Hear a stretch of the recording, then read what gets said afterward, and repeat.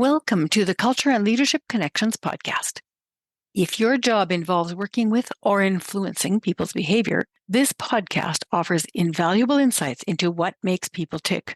Through personal interviews that are thoughtful and surprising, we explore the full range of the roots to people smarts that can help you make or break your own career. My name is Marie Gervais, and with a PhD in culture and learning in the workplace and my own cultural journey, I bring the mysteries of human beings at work around the world to you. Through conversations with very diverse people, examining the groups they were born into and the ones they chose to belong to, my podcast takes a deep dive into why people do what they do and how they belong. Hone your skills to manage others and to be a better human being at work with the Culture and Leadership Connections podcast. And now for today's episode.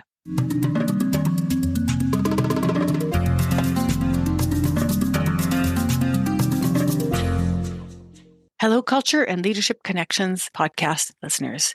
Today, I have a most esteemed guest, Dr. Paul White, who is a psychologist, author, and speaker who makes work relationships work, a topic that is dear to my heart. He has written articles for and been interviewed by the BBC News, Business Week, CNN Fortune.com, Entrepreneur.com, Fast Company, Washington Post, and many other prestigious publications. As a speaker and trainer, Dr. White has taught around the world. His expertise has been requested by PepsiCo, Microsoft, NASA, L'Oreal, and Starbucks, just to name a few. Dr. White co-authored the best-selling book, The 5 Languages of Appreciation in the Workplace, which has sold over 550,000 copies and was written together with Dr. Gary Chapman, who's the author of the bestseller, The 5 Love Languages, which many people talk about even now. Yesterday, someone asked me, "What is your love language?" And I thought, right, I forgot about that. And that's been translated into 25 different languages. So based on their extensive research and expertise, Drs. White and Chapman have developed practical ways for leaders and employees to communicate authentic appreciation. And this leads to increased employee engagement, lower staff turnover, much more positive work environments, and higher profitability. They even have an online assessment called Motivating by Appreciation Inventory, which has been taken by 350,000 employees worldwide and is available in multiple languages. So you really lucked out, podcast listeners, to hear Dr. Paul White. Welcome. Thank you, Maria. I'm glad to be with you. Thank you so much for being here. Tell the audience a little bit about you personally. You must have grown up somewhere and have a family. Yeah, I grew up in the Midwest outside of Kansas City. Grew up in the context of a family-owned business, which led to my current work in working with businesses. Went to school in Chicago, Phoenix, Atlanta, and now live back in the Midwest. I have 4 adult kids. They're all married and have 11 grandkids. The 11th was just born January 1st this year, so I'm thankful. And been married for 44 plus years. Wow, that's great. Yeah. You are 3 years ahead of me with marriage and many, many grandchildren ahead. We only have 5. Yeah. So that's great. Do you have any hobbies or particular interests? Yeah, I like to fish when I can. I also enjoy trees. I like planting trees and trimming them and helping them grow. And I follow college basketball. I was raised in Lawrence, Kansas, where the University of Kansas is, and they're a pretty good basketball team, so I enjoy following them and some other sports as well. That's great. Some nice, well-rounded hobbies.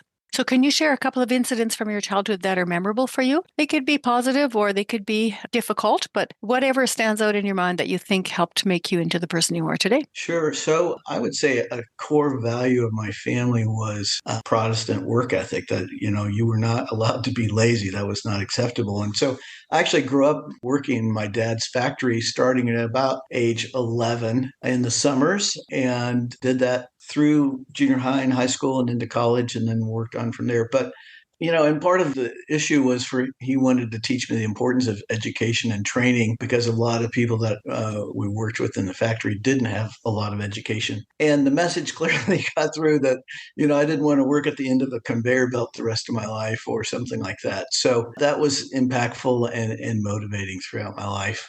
Another thing, that I thought about is both of my parents are deceased now, but my mom actually took up fishing as a way to spend time with us kids. We had a place on a small lake and would go there. And she did not fish growing up or whatever, but took it up. And she and I spent a lot of time fishing. And I really value that experience. And I think that ties into my current enjoyment of it, just, the fond memories I have of that. That's great. Well, I think a lot of people grow up in something that they try and they go, this is not where I want to be for the rest of my life. So it sounds like you had that experience too, working in a factory with conveyor belts. Right. Although Yeah, it's much more sophisticated now and takes a lot more machine learning. absolutely. And the fishing story is interesting too. When parents take up something that their children are interested in, it's a special bond. Yeah, it is.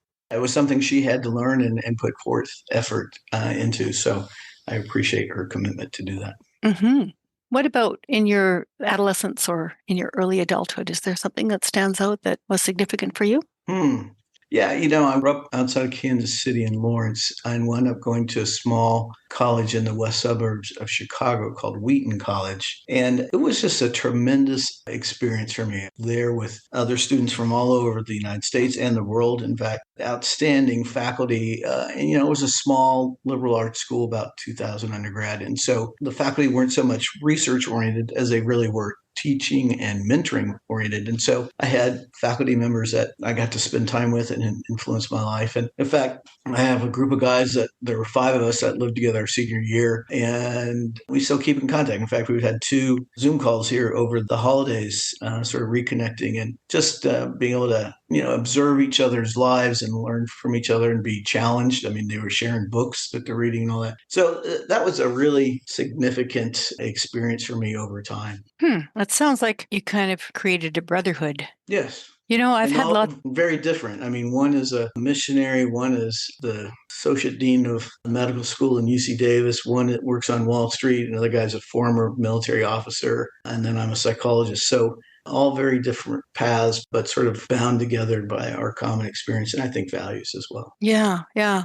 Quite a few of the female guests on the podcast talk about sisterhoods that they developed, although they didn't always call it a sisterhood, but it was, a group of girls that became young women and that they have continued to be friends with. But you're only the second man who has talked about that. And the other one was a man who wanted to improve his capacity to be a good dad. And Hmm. so they created, well, a group now that's been together for over 10 years. Years has been together longer, but over 10 years, all very different, but all interested in being good fathers. And I thought was a very interesting interview too. Yeah, cool. Mhm. So, from the groups and the area that you were born into, what would you say has influenced your sense of culture and your sense of self as a leader? Hmm.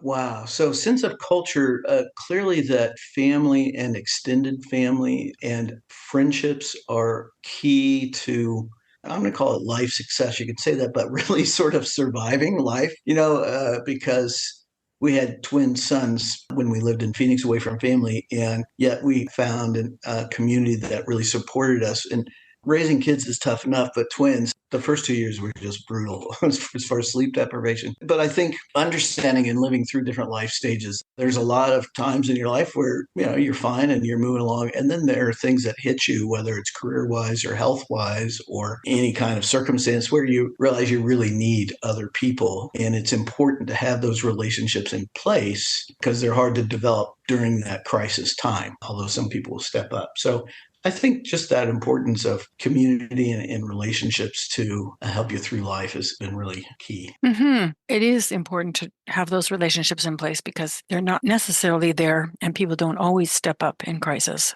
I think as higher and higher suicide rates of youth and young men is pointing to, people need each other and they need to have those social connections. I think that ties critically into what we do because our culture really has missed the mark in a lot of ways with regards to relationships. And, our work really tries to help rebuild or build connections between people at work, even including remote and hybrid workers, and give practical tools to do that. Which is important. And you can build relationships remotely. I have an employee that I've had for 7 years, and we are very close to each other. We've never met in person, but we've been working together weekly, twice a week for 7 years. That, it's an important relationship to both of us. Yeah. So, what about as you grew up, you would have adopted aspects of different groups that you belong to into your sense of who you are. For example, being in an academic is a group. If you moved to a different place or if you learned another language, that would have affected the way you did things. If you took up a different hobby or,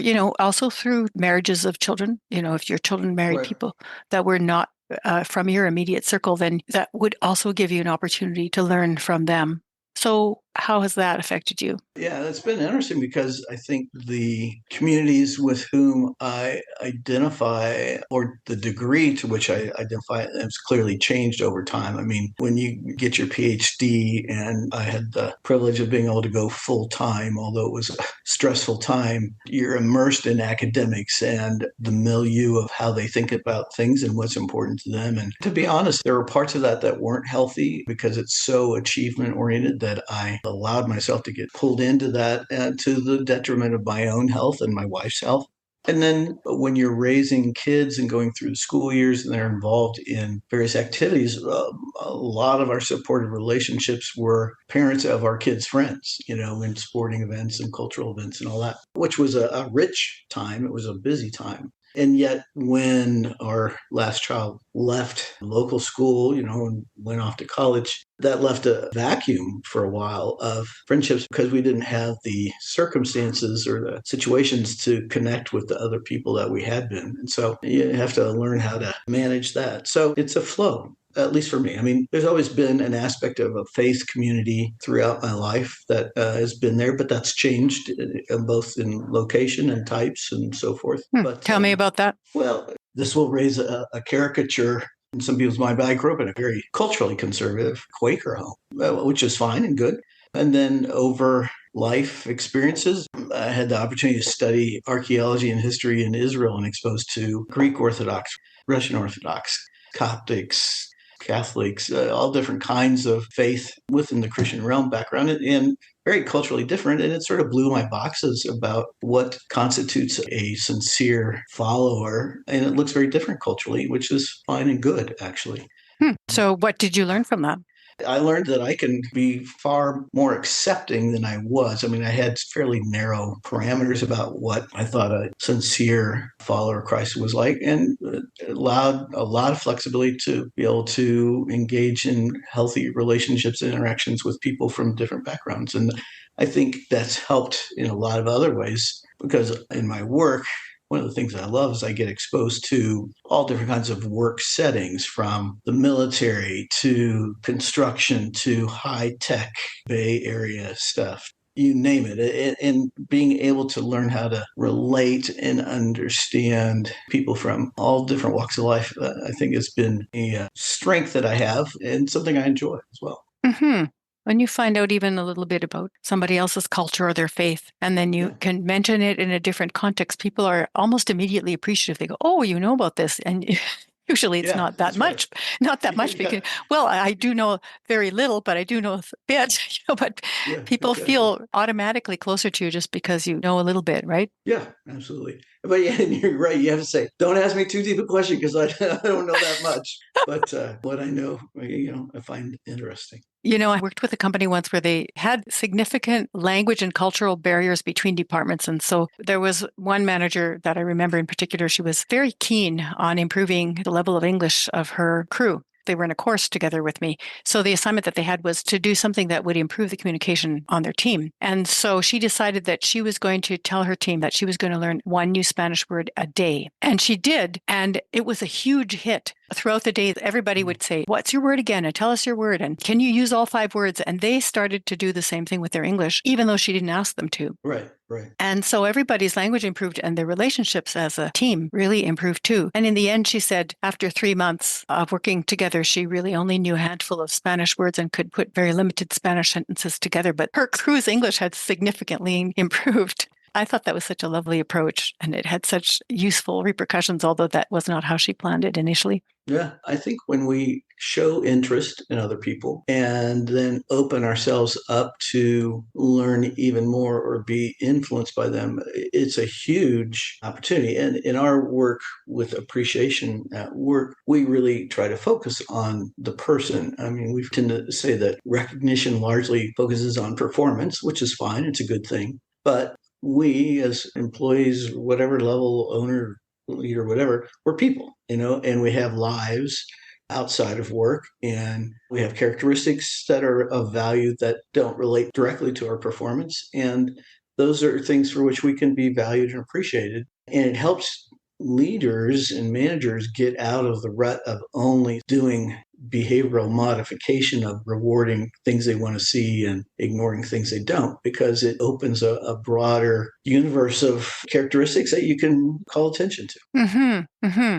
Since we're on that topic, my next question for you is, can you think of a time when you had a sense of cognitive dissonance, when you hit a cultural expectation that you thought was a norm? You mentioned that earlier when you talked about finding out about different Christian traditions from different cultures. Right. But oftentimes it's a small incident. It might be, for example, someone told me about changing the fork from your right to your left hand. People in Europe think that that's a very strange thing, and North Americans didn't realize that that's what they did. So, sorry, what were you going to say? Well, I was just going to say that, it's come up in a variety of situations over the years, but culturally, the majority white male business group, boomers, if you will, as well, sort of see respect as being communicated by getting your full attention and you listening and looking them in the eye when they do that. And, there's probably movie examples of somebody get yelled at, look me in the eye.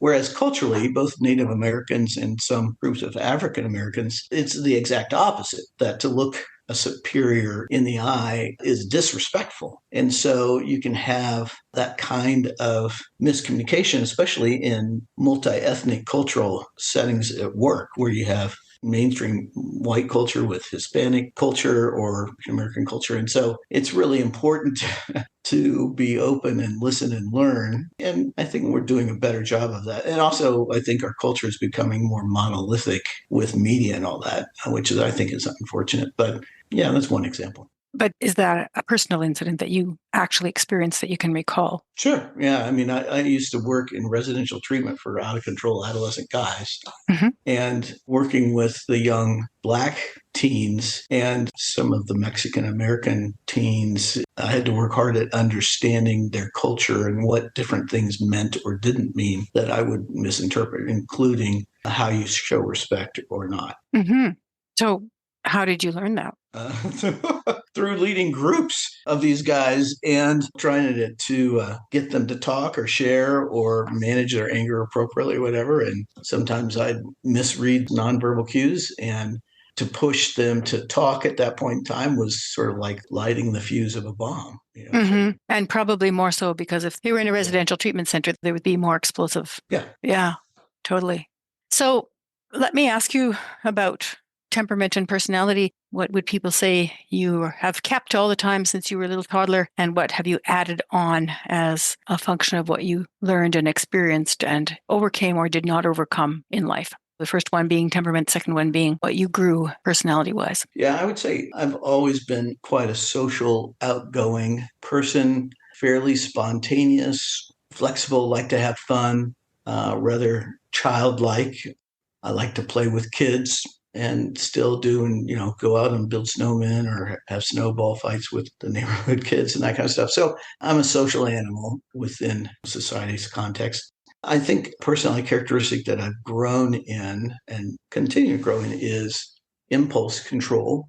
It's on the same continuum as spontaneity, where you make quick decisions or want to change and do things, but learning there's times to slow down and think through things and clearly not react as much and be more thoughtful and listen versus shooting my mouth off. I think that's an area I continue to grow in.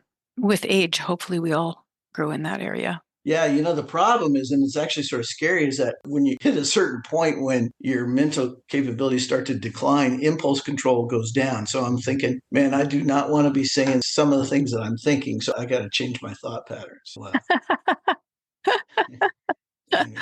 Yeah, I sure saw that when my dad first went into the early stages of dementia. Now he's so far gone, he can hardly say yes or no. But basically, he would say all sorts of really inappropriate things. And you're going, oh, that's what he's been thinking all these years. Yeah, exactly. Exactly.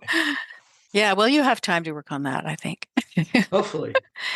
So if you are working with somebody, and I'm sure you get the opportunity to do that frequently because people ask you to speak, they ask you to present at conferences, they ask you to come and work with them in various companies and conferences. What brings out the best in you? What do you need to feel that you can be at your best? I really function well with some structure, but the ability to riff. I don't use that word very often, but to think on my feet and interact with people in the present. that's when I really get engaged when I'm asked challenging questions. Recently, I spoke to a group of 30 to 40 business leaders in New York City, and it was a half day interactive training. And man, they really challenged me and asked thoughtful questions. And I would have to both stop and think and clarify and then share thoughts and pull information together from different parts of my life and my brain. And I tend to be sort of funny too, a little bit, not hugely, but we have fun together. And so that's a great setting. I really enjoy that. That's great. Some structure, but the ability to riff. Yeah. And in your riffing, do you sometimes give the problem back to them and say, okay, you asked the question, you must have an idea of the answer? Well, I don't say it that way, but especially on those difficult ones, yeah, I'll turn it back and say, well, what have you learned that works or doesn't work? Or what are your current thoughts about that? So clearly the wisdom is in the room. Yeah, totally. So this is your soapbox moment. Tell me a little bit about your book, the inventory that you have, or anything else that you would like to promote right now. Oh, thank you. So, yeah, I've had the privilege of working with Dr. Chapman for over a decade now, where we apply what was originally the 5 love languages to work and to learn how people prefer to be shown appreciation in different ways. And that's sort of a core factor is not everybody likes to be shown appreciation in different ways. Culturally, we use words a lot, and we now have had over 400,000 people to our inventory, and that less than 50% of people choose words as their primary way they want to be shown appreciation. So when leaders or groups only use words, whether that's written or oral, they're missing half of their team in really impacting them. And so we've done a lot of research, and I'm a psychologist by training, and been able to pull together this assessment that identifies not only a person's language, but the specific actions within their language. So, for example, an act of service looks very different in an office setting where you might intervene and help answer people's phone calls so that they can stay focused on a time-limited project. For its teacher at school, it might be, watching her kids at recess so she can go in and make some phone calls to parents, or a nurse at hospital. It's helping answer patient call lights so they can do their charting. So being able to specify that, and we've got, 10 or 12 different industries that we've made that for. And then I grew up professionally in the not-for-profit and social service world where people give a lot, don't get paid much, and there's not a lot of money for training. So I wanted to develop a low-cost training process, which we did through our Appreciation at Work training kit, that a team member can do an online course for about an hour and a half or 2, and then they learn how to use the kit that we have with videos and facilitators guide and handouts and all that to lead teams and work groups through, a half day or a series of 1-hour trainings and learning how to communicate appreciation to one another. And I think that's a key factor. It's not just top down, supervisor or manager, that people both want to know how to give appreciation and show support to their colleagues, as well as receive it from their colleagues, as well as their supervisors. So we've put together those resources. People can find it at our website, appreciationatwork.com. And it's the word at, not the at sign, but appreciation at work. And, we've been fortunate. Our influence continues to grow. And I think that reflects the practicality, the cost effectiveness, and the need. I mean, people continue to need to know that they're valued. And like I said earlier, it's not just for what they do, but for who they are. So you have a cheerful colleague that just sort of lights up the room when they come in. You can value that, even though they still have to learn some things about their tasks. It's been fun. And so important, because that's not only in work, but in life. That's certainly what we need. The whole human race needs that. We spend all this time appreciating and looking for the things that we appreciate about others. Then we wouldn't have any time to start wars, would we? There would still be a subset, but it'd be far smaller than we got right now. Yeah. And we might be able to recognize leadership for what it was instead of empty words. Yes, absolutely. Yeah, and we emphasize authentic appreciation. We're not trying to teach people how to look like they appreciate somebody. We deal with the challenges of that, because there's some people that are difficult to appreciate, and we teach people how to figure that out and what they can do in spite of somebody being sort of prickly or grumpy. Yeah. It's to find the one good thing and ignore the 9 bad ones so that you grow what's good. Yeah. So is there anything else you'd like to say? Our resources are in multiple languages, and they're made to be used from a small mom and pop family business. We're used in schools, hospitals, government agencies, big companies, the military, all different kinds of things. And we just try to really help potential clients that we can serve, find the best resource that works for them. And usually we start small. I mean, we don't try to go in and change the whole company at once. Very rarely does that happen, but it's more like, whether a person is just a member of a work group or maybe they're the supervisor of a small team or manager. We start where they are, and lots of times it sort of grows across the organization after we help them implement the concepts. Have you heard of Lisa Earle McLeod, who does the Work with Noble Purpose work? A little bit. I don't know a lot. If you combined her appreciation at work with her Work with Noble Purpose, I think we'd have the best companies ever. Well, thank you. It's been a pleasure having you on the show. I will encourage everybody to purchase the book, The 5 Languages of Appreciation, and to go to appreciationatwork.com and look up the resources, which sound like they're very practical and cost-effective. Thank you so much for your time today. Yeah, thank you, Marie. Thanks for having me. I enjoyed the discussion.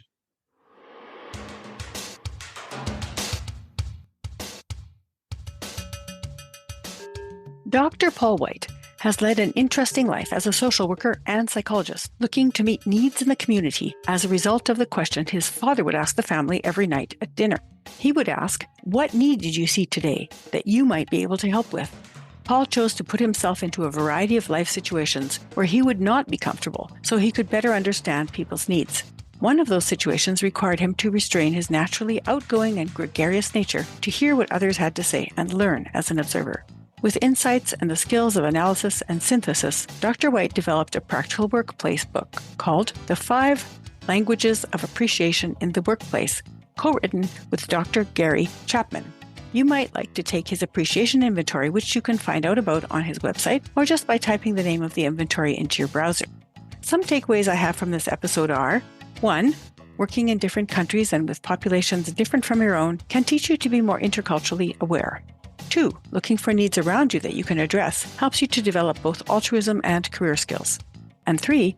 Collaborating with another author will widen your analysis and synthesis insights. I hope you enjoyed this episode with Dr. Paul White and that you will share it with someone who you think could benefit from it. Thank you in advance for rating and reviewing this podcast episode on our website, where you can see in the podcast section a place to leave a voice message or a text message right in the middle of the page. Thank you for listening, and may culture and leadership connections continue to guide and inspire your day. Newsflash. Listeners can now interact with Culture and Leadership Connections podcast by leaving a voice or text message on Fan List. It is a fun and quick way to let me know what you liked, ask a question, or leave a suggestion. I will feature some of the voice messages on upcoming episodes. You might be surprised to hear your own voice, but only if you leave a message, of course. So to leave your personal message or your question, go to shiftworkplace.com/podcast and click on the Fan List link to leave it. I can hardly wait to hear what you have to say.